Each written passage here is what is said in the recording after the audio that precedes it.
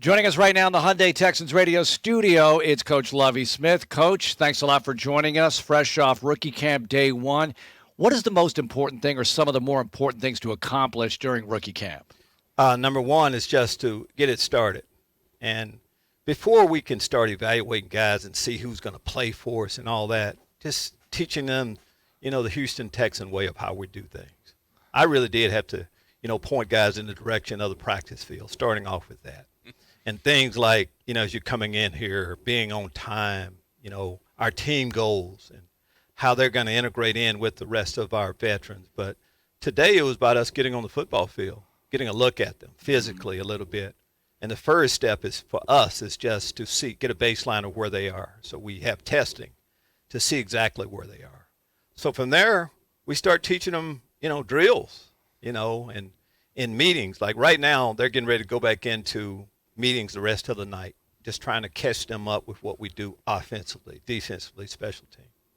Coach, one of the hardest things when you have a group of young players or people that are new to a situation is understanding when they don't know. And they'll give you that look like, you know what you're doing? Yeah, I know. But they don't know. As you go through this process with them, how do you kind of overcome that where you look at a kid, you can tell, okay, he's not getting, he's telling me he is, but he really isn't getting it. How do you kind of reinforce those lessons of what that player, you want to see that player end up with this weekend? Well, starting off, it's exactly what you said. We know that he doesn't know. So we're going to initially start teaching him that way, starting back from the basics. And day one, first day, the genesis of everything that we do, we're going to start that way and just assume that they don't, and because none do. The smartest guys, when you're coming in a totally different systems from what you've done, terminology, just so many things going on. That's why, for me, I keep making reference to this being a rookie orientation, because camp-wise is saying that you're just out there competing hard and doing all that. That is not the case. We got to get them up to the starting line first before we can go from there. Well, I noticed on the roster, no quarterback in camp, so how do you do some of these drills? I know you have a lot of former quarterbacks on the staff all over the place, really, Coach. So take us through some of that when you have to throw the ball during this time. Well, you kind of answered the question a little bit there. First off, as we look at our roster, we have 4 quarterbacks are in our program right now. Right. So to bring another one in just doesn't make a whole lot of sense. And to be able to go through drills and the limited amount of stuff that we're doing this camp, we do have some old quarterbacks, probably about 4. We have 4 former quarterbacks. And if you know anything about coaches, they never think that they can't throw the football. They think that they played their last game yesterday. Yeah. So, but that's how we handle it, and it works pretty good. Coach, you have gone through rookie mini camps over the years. Has there been any significant change from when you started doing it to where it is now? Or is it just the same sort of thing as you talked about? It's more about just getting oriented to the building, to the people, to the coaches, et cetera. That's the part that I think has changed a little bit. There was a time when minicamp was that. We would bring in, enough to have 2 teams, and that's all you did out there. And by the time those guys made it to the Veterans Monday, they were all beat up and all of that, pull muscles and all those things. So I think we try to handle it a little bit wiser with what we do now. And there is time. And what allows them to catch up the quickest is not that out there. It's more in the classroom and those things like that. You have an idea with most of the guys on how they're going to fit in our program this year. So that's what we try to get accomplished. How hard is it for a tryout player to make it in this particular kind of situation, Coach? You mentioned that you've had tryout players before who have flourished, but it's got to be difficult out there right now because you are somewhat limited in what you can do. Yeah, but there's different segments to practice, though. We had some, tests going on here. And then we had more of a mini camp practice over here with some of our tryout players, video and all of it. So we got a chance to see what you would normally see in a workout. Okay. You go out on a college workout. Just think about that a little bit. We put some of the guys through something similar to that, and we feel like we'll get a good enough look to be able to tell. Coach, how was it going out on the road? I know you and I had talked when we were at A&M together. How was it going out on the road? And I talked about it afterwards that I just got the sense that no matter what was going on, if football was involved, it didn't matter. You were just excited to be there and to take it all in. Was that kind of the feeling you had as you went to different schools and checked out and talked to these different prospects? Absolutely. And if you just go on campus, you find out so much. Yeah. And I have been doing it a while, and just about every place I go, there's someone I know fairly well that can give me the real scoop. Yeah.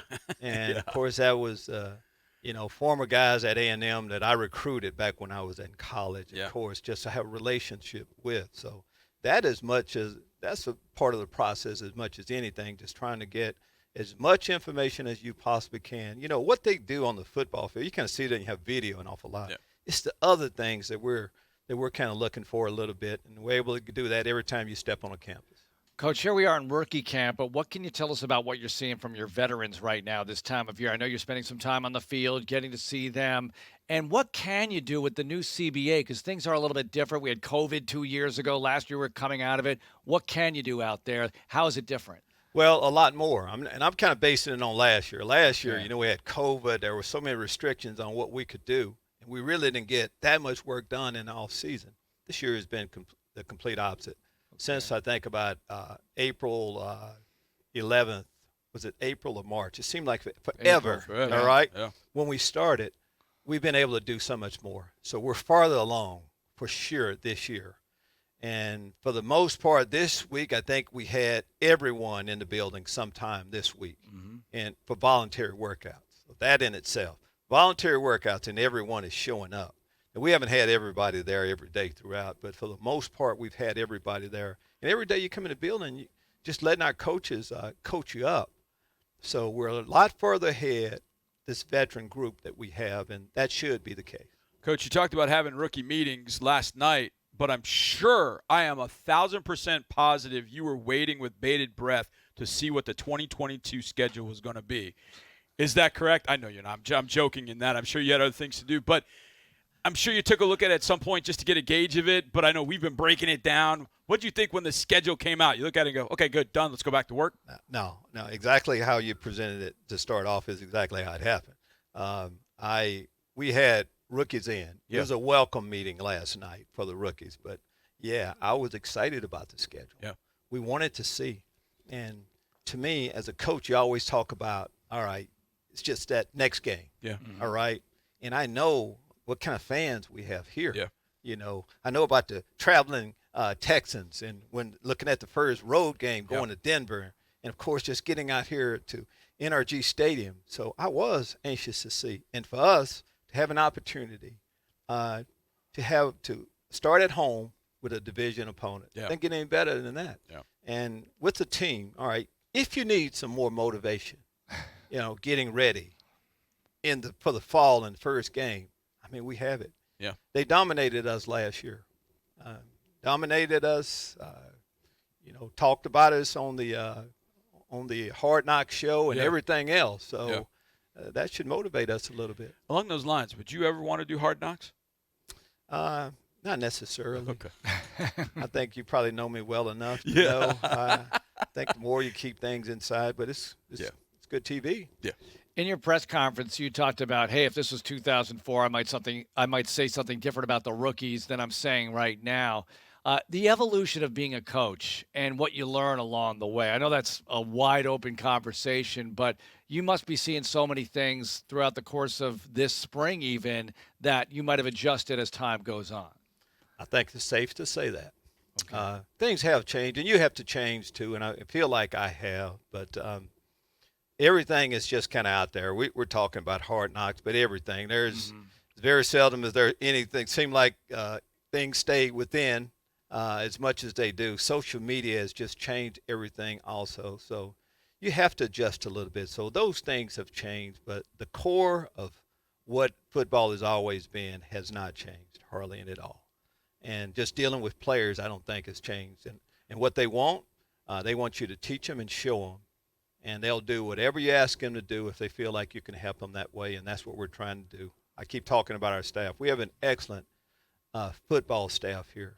And for you to continue this life of being an NFL player, and we have people in this building that can help you do it, guys buy into that. That was it was that way when I first got into the league, and nothing has changed. Last time, Coach, you and I were together, I forgot to offer you congratulations. Miles had a baby. Okay. You became a grandfather. I was wondering which way we were going. Yeah. Well, congratulations on a lot of different levels, but you became a grandfather. You mentioned it in your press conference. Yes. That changed you at all? I mean, how's that been so far, being Grandpa Lovie? Well, it's been great, and this was number 9. Oh wow! This was number 9, and but number 9 is just as special as number 1. But that is great, and of course, in Miles and Kara's sake, their first child is pretty special, and the only grandchild that we have here in Houston with us. So it's neat. A part of my routine every Saturday morning as I drive out just to kind of watch her a little bit. Good grandfather, man. You're a good grandpa. All right, every grandfather has got – I know you don't have to share this. I was going to say. Every grandfather is not called grandpa or grandma. No, I'll share it too. What am I called? What are you called? I'm a papa. And I never thought, papa seems older too. You have grandpa, granddad is kind of younger. Yeah. You think so? That's what I think. But when you're papa sounds good. That sounds like a guy with 9, and number 10 is also on the way. So, but I'm papa to them. My father-in-law is papa.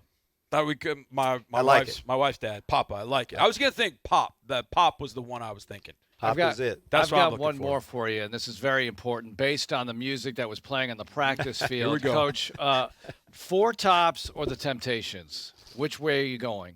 Well, I mean, most people would say the Temptations, and that's easy. I mean, but the 4 Tops is pretty hard to beat. The 4 Tops, but I would throw in the Spinners. Luther Van. I could go on and on with so many different I almost groups. think they're different eras, though. It's like the quarterbacks, different eras. The Spinners are a little bit later. The rules are different. They were, and it's amazing, though, and I say that about rap music. I like rap music also, but most of our players, when music starts, if you see one of us, they know the song. Or they've heard it. Yes. Maybe it's a parent, or maybe a grandparent that's listened to it an awful lot, but it makes you feel good. Mm-hmm. It's kind of as simple as that.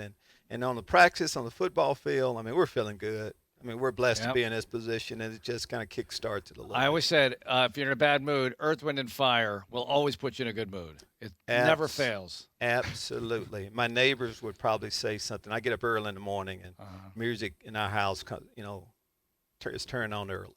Nice. Okay. Now we're going to sit outside, listen in. Yes. All right, Coach, thanks a lot for joining us. Thanks for having me on. Thanks for watching. Subscribe to our channel and ring the bell to know when we post new content.